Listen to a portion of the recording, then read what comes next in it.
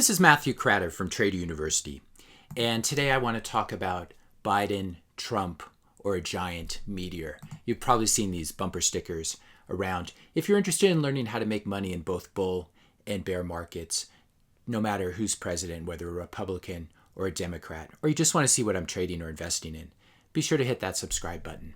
So I don't know if a lot of people remember, but these are some stories back from 2016 when 13% of people polled in the general population said that they would rather have a meteor hit the earth than elect either Trump or Clinton. And if you polled young people, the number of people in favor of a giant meteor went up to 25%, 1 in 5. Obviously, a little bit tongue-in-cheek, but I think these sort of stories are interesting because they show sort of a fundamental dissatisfaction with the current political system in the U.S.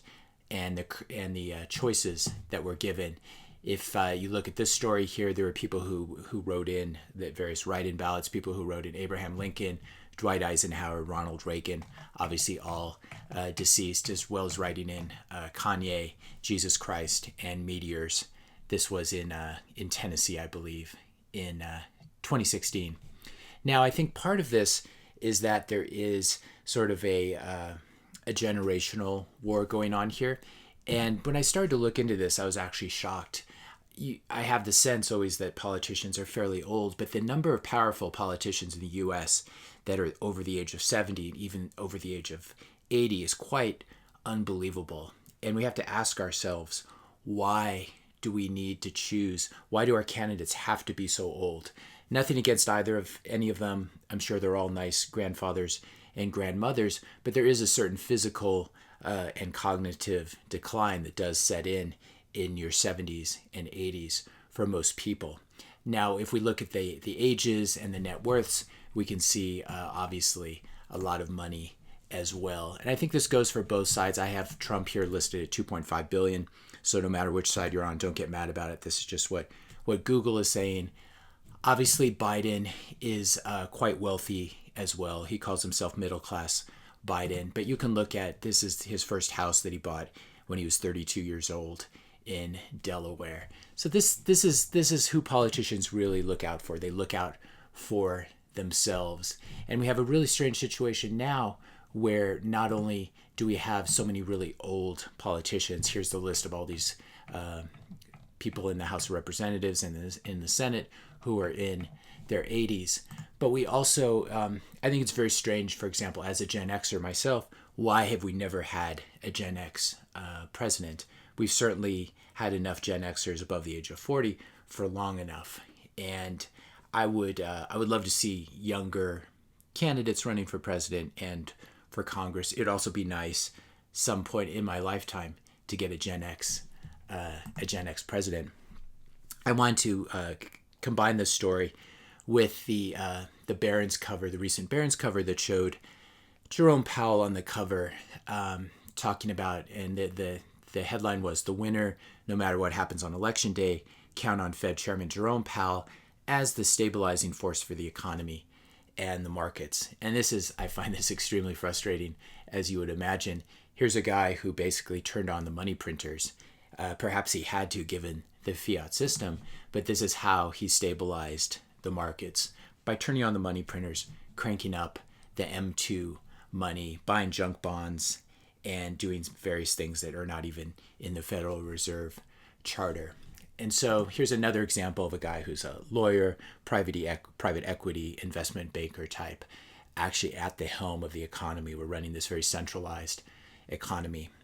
And so I think that there actually is, no matter who's elected, whether Biden wins or Trump wins, we have the same giant meteor heading toward the earth. And that giant meteor is the future deficit spending that's going to need to take place, as well as all the U.S. unfunded liability. So I've shown this many times, but the numbers are quite startling. U.S. national debt, 27 trillion, currently greater than U.S. GDP. I think we're at about 135% debt to GDP. Here's our tax revenue, about 3.4 trillion this year. Spending the official spending level is 6.6 trillion. This says the actual federal spending level was at 7.7 trillion.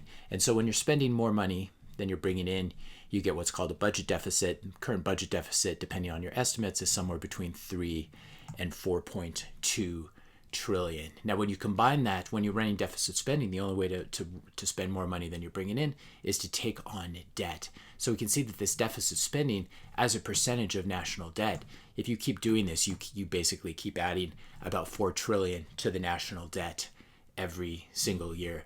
Now, we do know this is going to need to go up simply because there is no matter who's president, whether it's a Republican or Democrat, it doesn't matter really who controls Congress either for this purposes, we can see that the largest budget items are Medicare, Medicaid, 1.3 trillion, Social Security, 1.1 trillion, defense, 700 million, interest on the debt, 341 billion. And so these are numbers that cannot be changed. We obviously can't really spend less on defense, or even if we could, that's not going to happen. And then we're not going to not pay retiring boomers Social Security or Medicare. Money will be printed to pay for these unfunded liabilities. Obviously, we can't default on our debt either. And so the real choice in the face of this giant meteor is going to be more money printing, no matter who is running the government. If we scroll down here, we can see the total unfunded liabilities, 20 trillion of Social Security, 32 trillion of Medicare. U.S. total unfunded liabilities, 155 trillion. Now, there's really no way out of a situation like this besides money printing, besides the central bank printing money and monetizing the U.S. debt.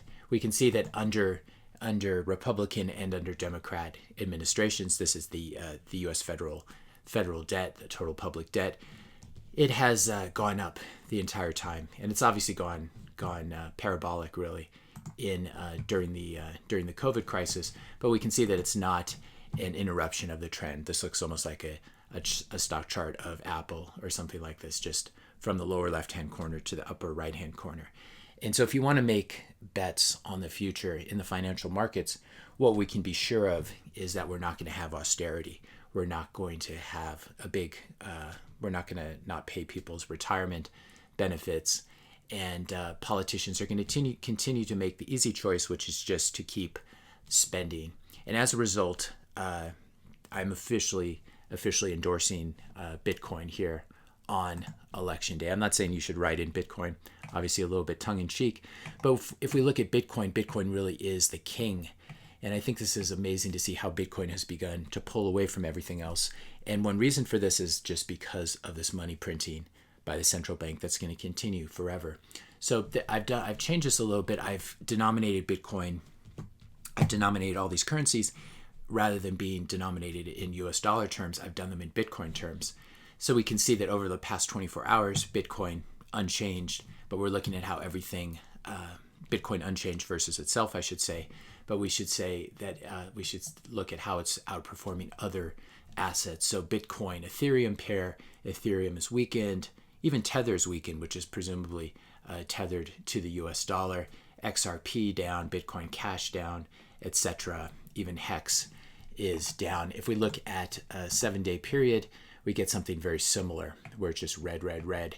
Hex looks like is the one. Hex is, I certainly wouldn't recommend it. It's just a tiny little, what looks like a scam coin. But we can scroll down here and see Bitcoin is basically outperforming everything. In addition to outperforming stocks, it is the king of cryptos. Even if we go 30 days out, it's outperforming versus Ether. Ether's down almost 15%. XRP's down 23%. Bitcoin Cash down 13%. Chainlink down 11%. And so this is something to keep in mind when you're thinking of network effects and markets where you have network effects, where it's sort of a winner-take-all market. And it still appears that Bitcoin is the winner-take-all here. So I think whether Biden or Trump is elected, hopefully we have a peaceful transition no matter who wins this round. And but I do think that the stock market goes up irrespective. If there's a very close election and there's some dispute, as we had in 2000, maybe there are a couple states and we need to have recounts and maybe it goes to the Supreme Court.